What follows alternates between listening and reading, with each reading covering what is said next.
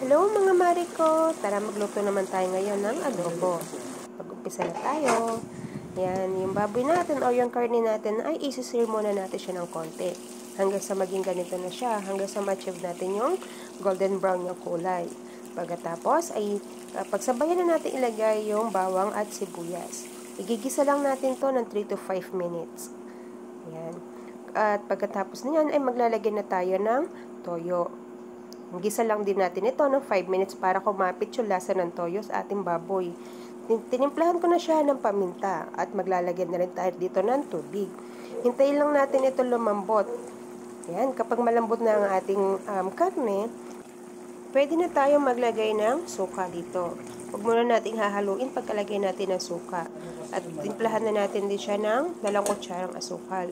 Pakuluin lang natin ito at hintayin natin matuyo ang sabaw nito. At pag natuyo na ang sabaw nito, ilagay na natin yung ating pineapple tidbits.